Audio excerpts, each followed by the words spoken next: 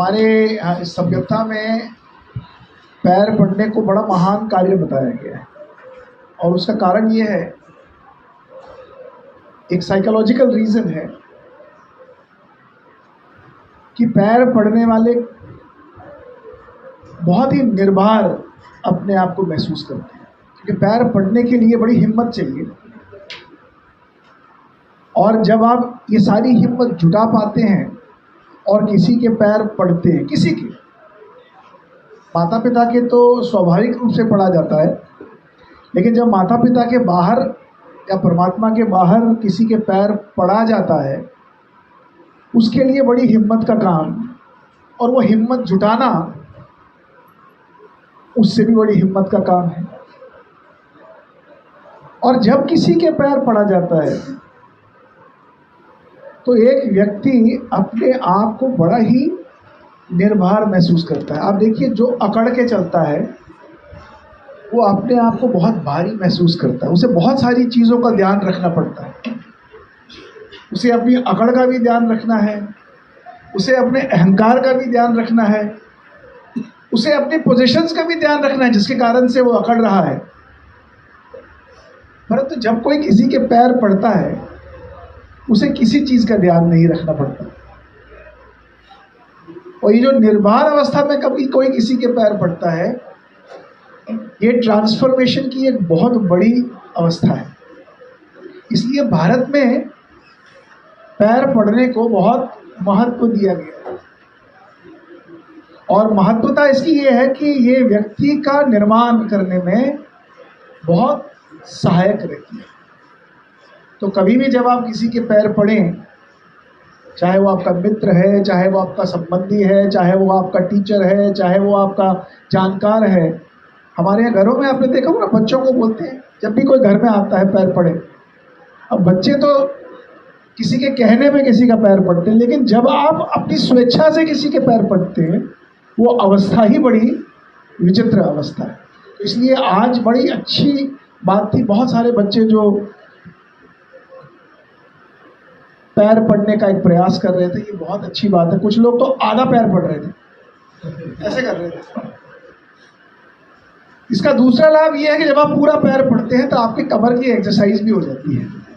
जब आप 2-2, 3-3 बार पड़ते हैं तो ये जो पीठ है ना, जो L4, L5, L3, जो लोअर बैक की जो मसल्स होती हैं, ये उसको भी स्ट्रेंथ करने में, आज दुनिया भर में पीठ का दर्द इसलिए होता है क्योंकि झुकना भूल गए।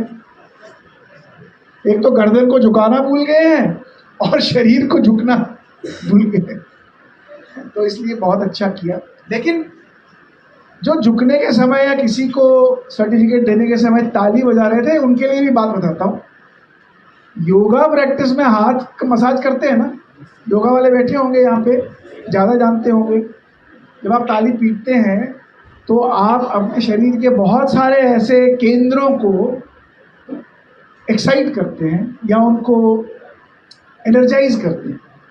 तो ताली पीटना या हाथ मलना भी अपने में एक बहुत अच्छी प्रक्रिया है जिससे आप अपने शरीर को स्वस्थ रख सकते हो।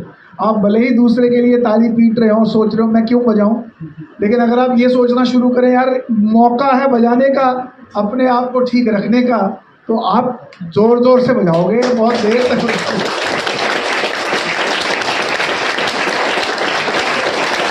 तो अगली बार जब आप किसी को प्राइज लेते हुए देखिए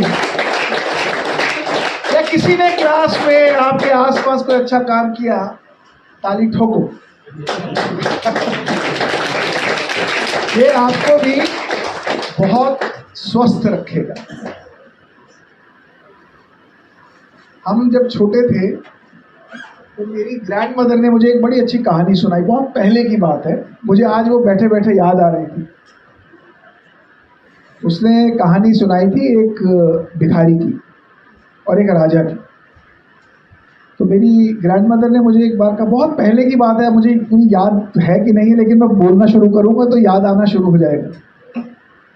तो एक भिखारी सवेरे सवेरे भीख मांगने के लिए निकला। भिखारी नॉर्मली सवेरे ही निकलते हैं भीख मांगने के लिए, क्योंकि शाम होते होते अगर वो भीख मांगने जाएं तो शायद कोई भीख नहीं देगा।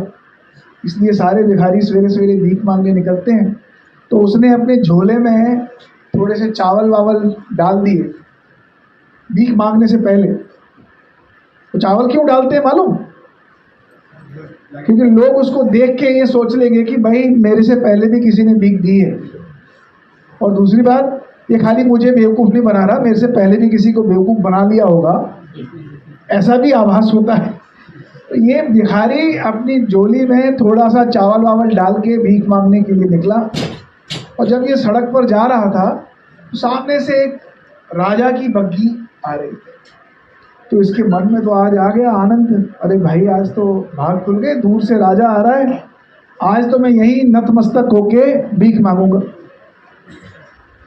तो ये अंदर से तैयारी कर रहा था भीख मांगने की। तो जैसे ही बग्घी पास आने लगी, वो बग्घी रुकी, उसमें से राजा उतरा, और जैसे ही राजा उतरा कुछ विचित्र हुआ। वो राजा इस भिखारी के पास गया और उसने अपनी झोली फैलाई और भिखारी से कहा कि मुझे कुछ दान दे दो। अब ये तो इसके लिए बड़ी शॉकिंग सी बात थी कि मैं तो खुद इससे भीख मांगने वाला था, ये तो उल्टा मेरे से ही भीख मांग रहा है। और राजा को भीख मांगते देख उसने अंदर से सोचा कि मैं इसे दूंगा क्या। तो राजा ने कहा जो भी आपके पास है मुझे दे दे। अब भिखारी वैसे भी कंजूस ही होता है, वो अपनी पोटली में से कुछ निकाल के दे तो उसे बड़ी तकलीफ हो रही थी कि मैं तो दुनिया से लेता हूं, आज मेरी कोई लेने के लिए आ गया है। तो उसके मन में ये था कि भाई मैं भीख तो नहीं दूं दे सकता इसको, लेकिन अब राजा मांग रहा है तो कुछ तो देना पड़ेगा। तो उसने अपनी पोटली में हाथ डालते हुए कहा, राजन मैं तो खुद भिखारी हूं, मेरे पास तो कुछ है नहीं। तो उसने चावल का एक दाना निकाला और राजा की पोटली में डाल दिया। राजा ने भी उसको बड़े सहृदय स्वीकार किया, नमस्कार किया और चले गए। अब भिखारी अपना भीख मांगते हुए शाम को घर पहुंचा, और लेकिन दिन भर उसे बड़ा दुख हो रहा था कि मैंने अपनी पोटली में से एक दाना चावल आज किसी को दे दिया, और ये उससे बड़ी तकलीफ हो रही थी पूरा दिन। और शाम को जब वो घर पहुंचा तो उसने बड़ी निराश अवस्था से अपनी पत्नी को पोटली थमा दी और कहा कि आज तो बड़ा गजब हो गया, मेरे से भी कोई मैं भीख मांग के लेके गया और मुझे बड़ी तकलीफ हो रही है। पत्नी ये बोलते बोलते पत्नी ने वो चावल की पोटली उल्टाई तो देखा उसमें एक दाना चावल सोने का बना हुआ है। अब ये सत्य है नहीं सत्य है मुझे नहीं पता, मेरी नानी ने मुझे कभी बहुत पहले सुनाई।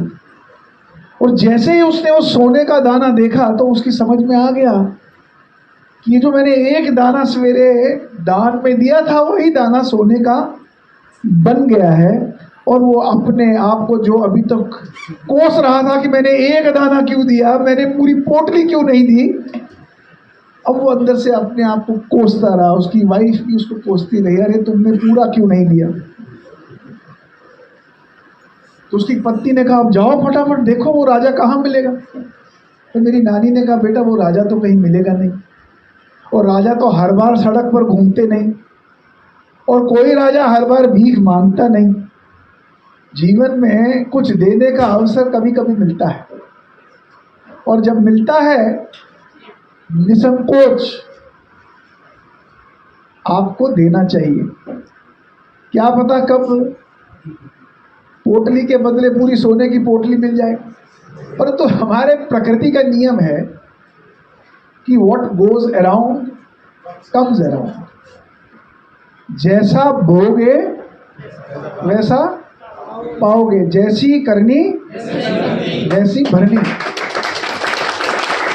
और ये बातें गलत नहीं। आप अपने अब करनी मतलब क्या, करनी मतलब केवल एक्शन नहीं, मतलब मैं कुछ अच्छा काम करूं ना। भगवत गीता में कहते हैं कर्म का मतलब केवल एक्शन नहीं है कि मैं उठा और ये उठाया, वहां रखा, वहां सफाई की, किसी की मदद की। कर्म का मतलब है आपके विचार, विचार भी कर्म का ही एक अंग है। आपके अंदर उठती हुई वो भावनाएं, आपके अंदर वो उठी हुई एक ललक, आपके अंदर उठी हुई जिज्ञासा। आप किसी को बोलते हो तुम बहुत सुंदर लग रहे हो आज, लेकिन अंदर से सोच रहे हो कि ऐसा उल्लू लग रहा है, लेकिन बोलते नहीं है। लेकिन जैसे ही वो चला जाता है तो दूसरे को कौन ही मार के बोलते हैं तो उल्लू लग रहा है, मैंने तो ऐसे ही बोल दिया। ऐसे करते हैं ना, कि कई बार करते हैं, हमें पता भी नहीं लगता। लेकिन ये जो कर्म है, ये हमें लगता है कि हमने कोई बुरा कर्म नहीं किया, लेकिन जो विचार अंदर खड़ा हुआ वो विचार भी अपना एक कर्म है।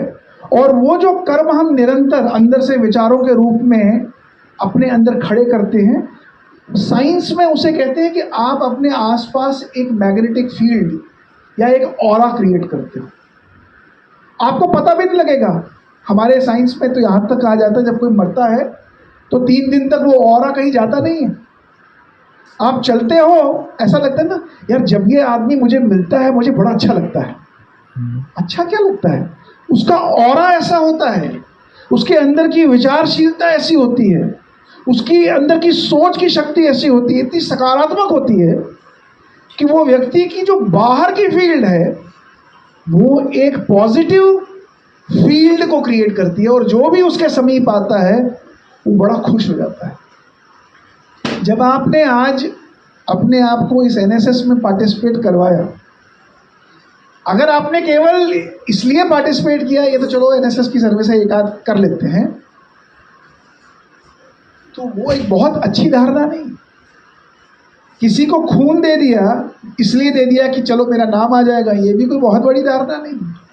लेकिन अगर वो भाव आपके यहाँ से उठे हैं कि मुझे किसी की सहायता करनी है, मुझे किसी की प्रशंसा करनी है, मुझे किसी के प्रति कोई सही भाव झलकाना, और अगर वो यहाँ से उठा है तो आपका कृत्य वास्तव में बहुत ही उत्तम कृत्य है। और ये कृत्य आपको जीवन में बहुत आगे लेके जाएंगे। दुनिया में जितने भी आप फॉर्चून 500 कंपनीज, क्योंकि मैं कॉर्पोरेट से आया हूँ, मैं फॉर्चून 500 वालों की बात करूँगा, 70% से भी ज़्यादा ऐसे लोग हैं जो दुनिया में सबसे टॉप कंपनीज में पहुँच गए, बिलियंस ऑफ डॉलर्स कमा लिए, लेकिन वहाँ पहुँचने के बाद उनको ये आभास हुआ कि ये पैसा बड़ा निरर्थक है। और 70% से भी ज़्यादा उनमें से लोग ऐसे हैं जिन्होंने अपने सारे अर्निंग्स को समाज के लिए समर्पित कर दिया, क्योंकि एक अवस्था में आने के बाद उन्हें ऐसा लगता है कि जो सेवा से आपको मिल सकता है, जो किसी को देने से मिल सकता है, वो किसी चीज़ को लेने से नहीं मिल सकता। इसलिए जब आप कुछ दे रहे हैं और अगर वो भाव से आप दे रहे हैं तो ये प्रकृति भी आपके उन भावों में सम्मिलित होती है और आपके उस देने के भाव की शक्ति को दुगना तिगना चौगुना करती है, और ऐसे फील्ड को क्रिएट करती है आपके आसपास कि उसी व्यवस्था की परिस्थितियां आपके सामने आती हैं और आप गतिमान रहते हैं आपके जीवन में। तो इसलिए आज जितना भी आप लोगों ने काम किया है, मैं आपसे यही अपेक्षा करूंगा कि आने वाले दिनों में इस काम को किसी भाव से करें, न कि ये आज टीचर ने कहा इसलिए किया। इसको इसलिए करें कि ये मेरे जीवन का एक महत्वपूर्ण हिस्सा बने, देना मेरे जीवन का महत्वपूर्ण हिस्सा बने। अगर ये देना जीवन का महत्वपूर्ण हिस्सा बने और इसमें कोई भी आपका लोभ, कोई भी आपका रिटर्न का कोई एक्सपेक्टेशन अगर ये नहीं है, तो आप देखिएगा प्रकृति आपको बहुत अच्छी तरह से संवारते हुए जीवन में आगे ले जाएगी।